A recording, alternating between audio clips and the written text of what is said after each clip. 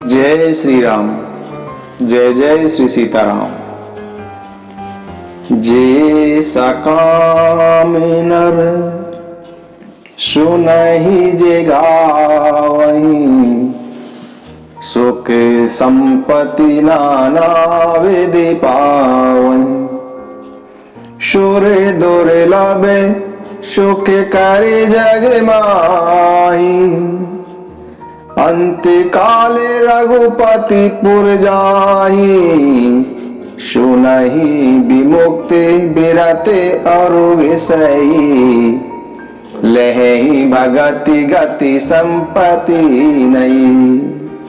खगपति रम कथा में बरनी, स्वमति विलास त्रास दुख हरनी। खगपति राम कथा में भरनी, स्वमति विलास त्रास दुख हरनी। बिरति विवेक भगति दृढ़ करनी, मोह नदी के सुंदर तरनी। नित्य नव मंगल कौशल पुरी, हर्षित रही लोग शवे कुरी। यह प्रभु श्री राम जी की कथा जो सकाम व्यक्ति सुनते हैं, वे अनेक प्रकार की सुख और संपत्ति प्राप्त करते हैं। वे संसार में देव दुर्लभ सुखों को भोगकर अंत काल में श्री राम जी के परम धाम को जाते हैं।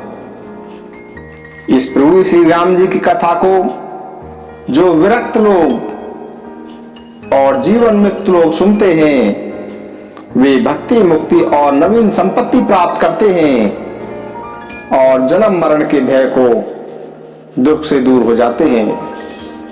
यह श्री राम जी की कथा वैराग्य विवेक और भक्ति को दृढ़ करने वाली है तथा मोह रूपी नदी के पार करने के लिए सुंदर नाव है।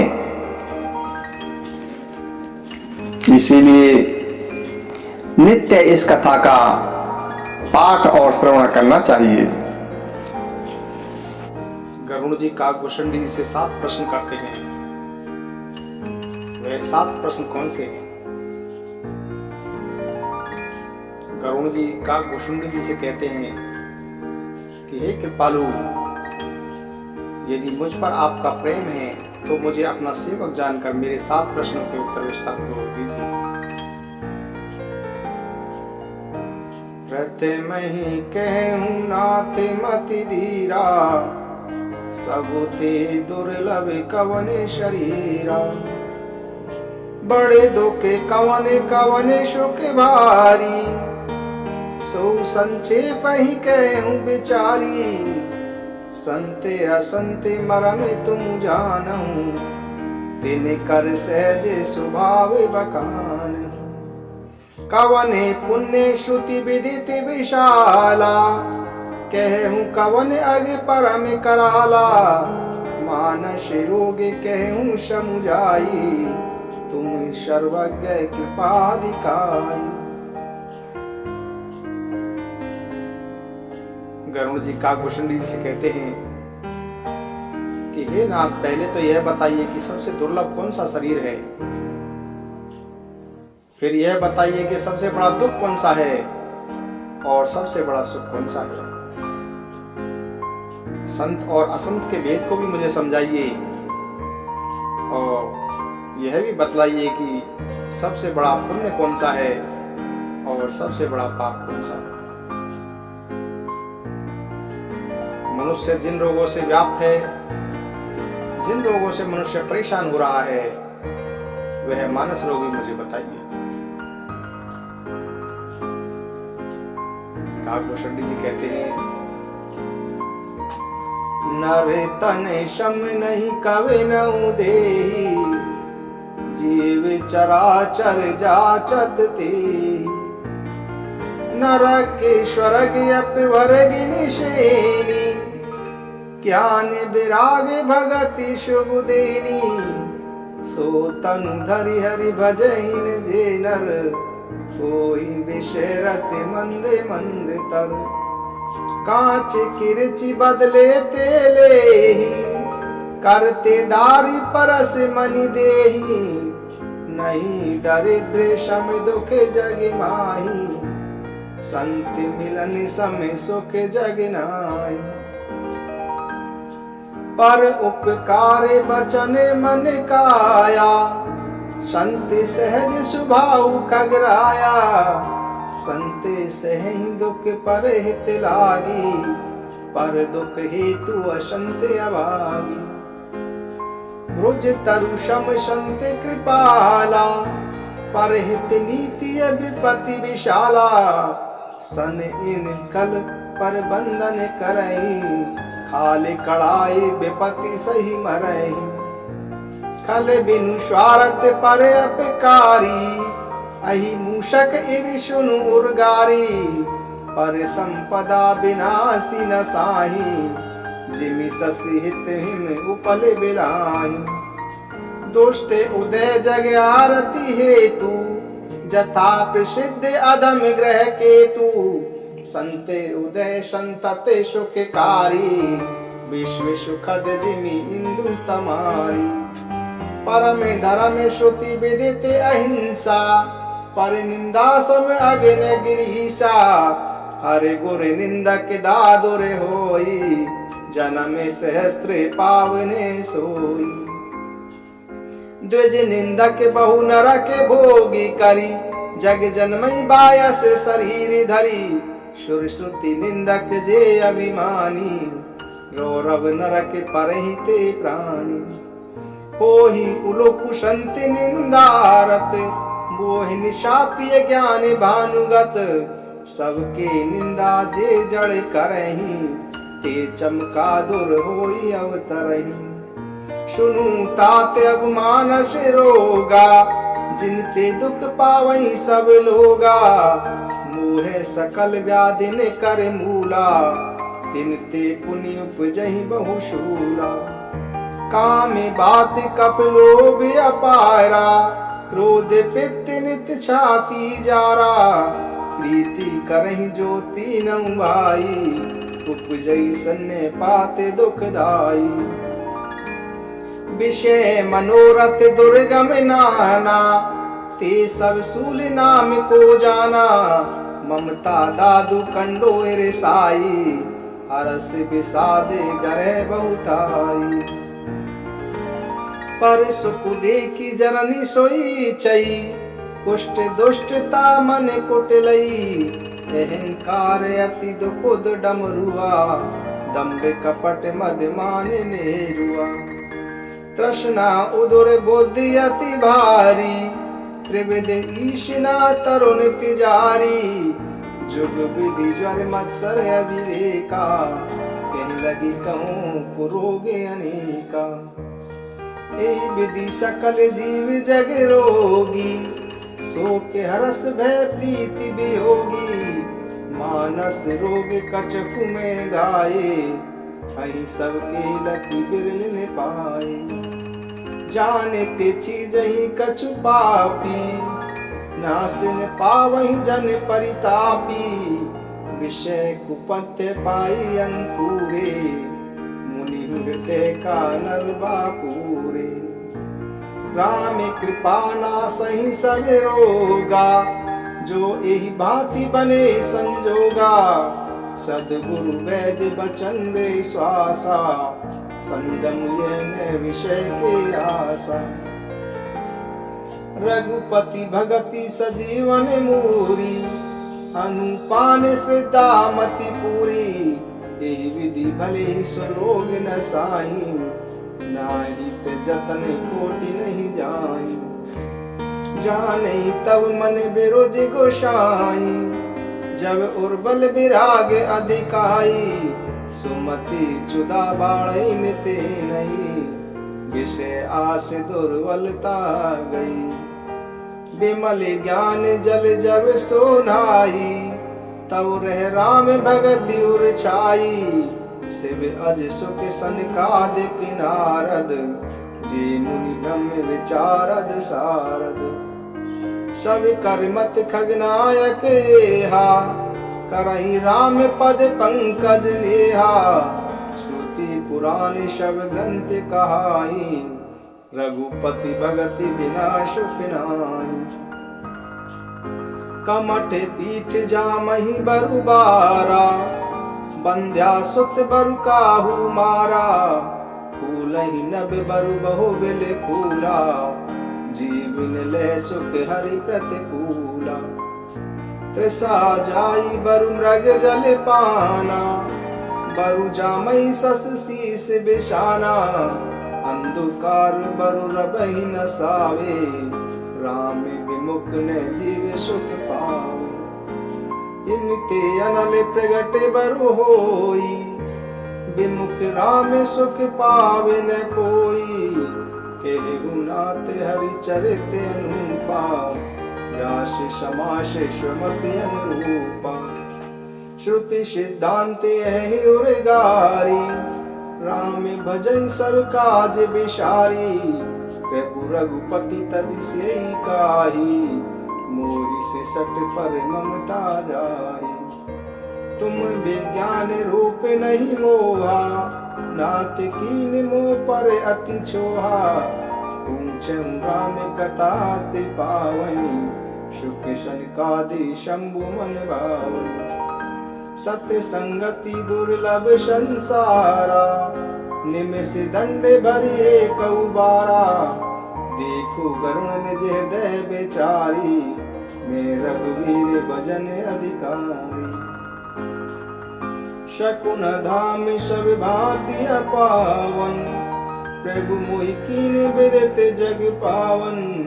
सत्य संगति दुर्लभ संसारा, निमिष दंड भरी एक बारा। कागभूषण जी गरुड़ जी के प्रश्नों को उत्तर देते हुए कहते हैं कि मनुष्य शरीर के समान कोई दूसरा शरीर नहीं है। संसार में चर अचर सभी जीव वही प्राप्त करना चाहते हैं। यह मनुष्य का शरीर नरक स्वर्ग और मोक्ष की सीढ़ी है तथा ज्ञान वैराग्य और भक्ति को प्रदान कराने वाली है। ऐसा मनुष्य शरीर प्राप्त करके भी जो श्री हरि का भजन नहीं करते, ऐसे मनुष्य नीच विषयों में अनुरक्त रहते हैं।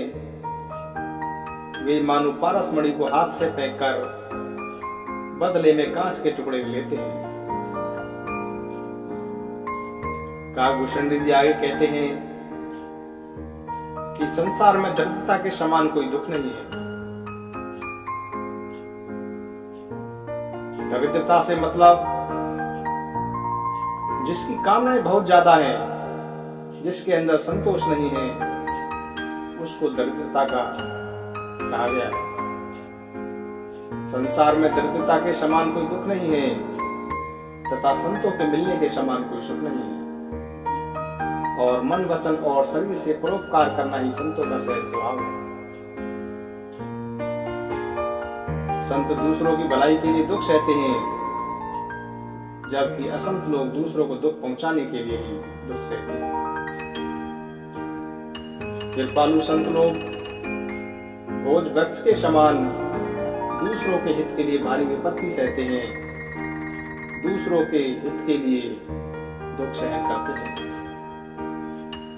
किंतु दुष्ट लोग संत की भांति दूसरों को बांधते हैं और उन्हें बांधने के लिए अपनी खाल खिंचवाकर वे विपत्ति सहकर मर जाते हैं। दुष्ट लोग बिना किसी स्वार्थ के ही सांप और चूहे के समान अकारण ही दूसरों का अपकार करते हैं। जैसे खेती का नाश करके उन्हें स्वयं नष्ट हो जाते हैं, इसी प्रकार दुष्ट लोग भी पराई संपत्ति का नाश करके स्वयं नष्ट हो जाते हैं। दुष्ट की उन्नति केतु के उदय की भांति संसार के दुख के लिए होती है और संतों का उदय सदा सुख कर ही होता है। जैसे चंद्रमा और सूर्य का उदय संसार भर के लिए सुखदायक है। वेदों में अहिंसा को परम धर्म माना गया है और परनिंदा को बहुत बड़ा पाप माना गया है।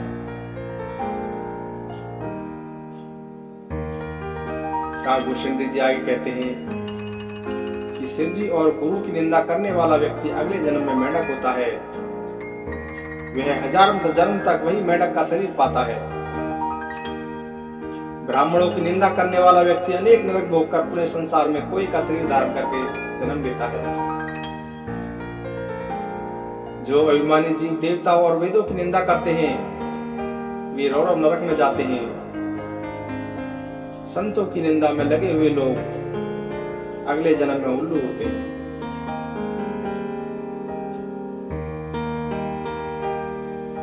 जो मूर्ख सबकी निंदा करते रहते हैं ऐसे लोग चमगादड़ के रूप में जन्म लेते हैं। काकभूषण जी कहते हैं कि अब उन मानस रोगों को सुनिए जिन रोगों से लोग हमेशा ही दुखी रहते हैं। सब रोगों की जड़ तो अज्ञान है। उन व्याधियों से फिर और दुख उत्पन्न होते हैं। काम, लोभ, क्रोध ये सब रोग हैं जिनके कारण छाती सदा ही जलती रहती है। यदि कहीं ये तीनों वात, पित्त और कफ तीनों मिल जाएं, तो व्यक्ति को सन्निपात रोग उत्पन्न हो जाता है। ममता दाद है, ईर्ष्या खुजली है, हर्ष और विषाद गले के रोग हैं। पराई सुख को देखकर जो जलन होती है वह क्षय रोग है। दुष्टता और मन की कुटिलता कुष्ठ रोग है। अहंकार अत्यंत दुख देने वाला गांठ का रोग है। दम, कपट, मद और मान नसों का रोग है। तृष्णा जलोदर रोग है। पुत्र, धन और मान तीन प्रकार की पूर्व इच्छाएं तीसरे दिन आने वाले ज्वर। ईर्ष्या और अविवेक दो ज्वर हैं। इस प्रकार अनेक बुरे लोग हैं। कहां तक बताया जाए। एक ही रोग के वश में होकर व्यक्ति मृत्यु को प्राप्त हो जाता है। फिर ये तो अनेक असाध्य रोग हैं जिनके कारण जीव को निरंतर कष्ट भोगना पड़ता है। ऐसी दशा में वह कैसे समाधि को प्राप्त हो सकता है। नियम, धर्म, आचार, तप, ज्ञान, यज्ञ, जप, दान और भी करोड़ों औषधियां हैं, परंतु हे गरुड़ जी उनसे ये रोग नहीं जाते। इस प्रकार संसार में जीव रोगी है जो शोक, हर्ष, भय, प्रीति और वियोग के दुख के कारण दुखी हो रहे हैं। मैंने तो ये कुछ ही मानस रोग बताए हैं। ये मानस रोग होते तो सबको हैं, परंतु इन्हें कोई विरला ही समझ पाता है। मनुष्य को जलाने वाले ये रोग यदि पहचान में आ भी जाएं, तब थोड़े से कम हो जाते हैं, परंतु नष्ट नहीं होते। विषय रूप कुपत्य के कारण ये मुनियों के हृदय में पैदा हो जाते हैं। साधारण मनुष्य के लिए तो क्या ही कहना। काकभूषण जी आगे इन मनुष्य के रोगों को मिटाने के लिए साधन बतलाते हैं कि जिन रोगों से मनुष्य परेशान हो रहा है उनका क्या साधन है, कैसे मिटाया जाए। काकभूषण जी कहते हैं कि यदि श्री राम जी की कृपा से इस प्रकार का संयोग बन जाए तो ये सब रोग नष्ट हो जाते हैं। सदगुरु रूपी वेद के वचन में विश्वास हो जाए और विषयों की आशा न रहे, यही संयम और परहेज है। श्री रघुनाथ जी की भक्ति ही संजीवनी बूटी है। श्रद्धा से पूर्ण बुद्धि ही अनुपान है। इस प्रकार का संयोग हो तो ये रोग भले ही नष्ट हो जाए, अन्यथा करोड़ों उपाय करने से भी ये रोग नहीं जाते।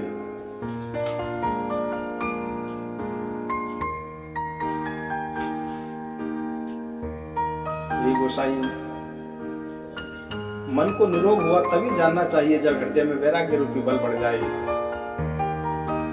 उत्तम बुद्धि रूपी भूख नित्य बढ़ती रहे तथा विषयों की आशा रूपी दुर्बलता मिट जाए। इस प्रकार जब निर्मल मनुष्य निर्मल ज्ञान रूपी जल में स्नान कर लेता है, मनुष्य जब निर्मल ज्ञान रूपी जल में स्नान कर लेता है तब उसके हृदय में राम भक्ति आ विराजती है। शिव जी, ब्रह्मा जी, सुखदेव जी, सनकादि और नारद जी, ये सभी ब्रह्म विचार करने वाले निपुण मुनि आदि, उन सब का भी यही मत है कि श्री राम जी के चरण कमलों में प्रेम करना चाहिए। श्रुति पुराण और सब ग्रंथ का भी यही कहना है कि श्री रघुनाथ जी की भक्ति के बिना सुख नहीं मिल सकता। कछुए के पीठ पर भले ही बाघ उगाए, बांझ का पुत्र भले ही किसी को मार डाले, आकाश में भले ही अनेक प्रकार के फूल खिल उठे, परंतु श्री हरि से विमुख होकर जीव को सुख प्राप्त नहीं हो सकता। भले ही मृग तृष्णा के जल को पीने से प्यास बुझ जाए, भले ही खरगोश के सिर पर सींग निकल आए, भले ही अंधकार सूर्य का नाश कर दे, परंतु श्री राम से विमुख होकर जीव सुख नहीं पा सकता। भले ही बर्फ से अग्नि प्रकट हो जाए, परंतु श्री राम से विमुख होकर कोई भी सुखी नहीं हो सकता। भले ही जल को मथने से घी निकल आए, भले ही बालू से तेल निकल आए, परंतु श्री हरि के भजन के बिना संसार रूपी समुद्र को पार नहीं किया जा सकता। फिर वो चाहे तो मच्छर को ब्रह्म बना सकते हैं और ब्रह्म को मच्छर से भी तुच्छ बना सकते हैं। ऐसा विचार कर ज्ञानी व्यक्ति सब संदेह त्याग कर श्री राम जी का ही भजन करते हैं।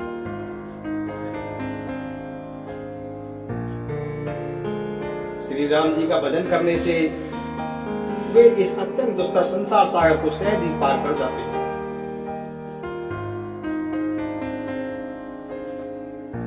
फिर वो श्री राम जी को छोड़कर और किसका भजन किया जाए, जिनका मुझ जैसे मूर्ख पर भी स्नेह है। हे नाथ, आप तो विज्ञान रूप में, आपको मोह नहीं है। आपने मुझ पर बड़ी कृपा की है, जो आपने मुझसे सुखदेव जी, सनकादि और शिव जी के मन को प्रिय लगने वाली अति पवित्र राम कथा पूछी। संसार में घड़ी भर का अथवा पल भर का एक बार का भी सत्संग दुर्लभ है। इस प्रकार गरुड़ जी का गोशंडी जी से कहते हैं कि मैं, यद्यपि मैं सब प्रकार से हीन हूं, फिर भी मैं धन्य हूं, क्योंकि श्री राम जी ने मुझे अपना निज जन जानकर आप जैसे संत से मेरी भेंट करा दी। और इस प्रकार गरुड़ जी का काकभूषणी जी से 7 प्रश्नों के उत्तर मिल जाते हैं। और काकभूषणी जी गरुड़ जी से कहते हैं कि आपको कोई मोह नहीं है, ये तो आपकी कृपा है जो आपने मुझसे श्री राम जी की कथा पूछी। और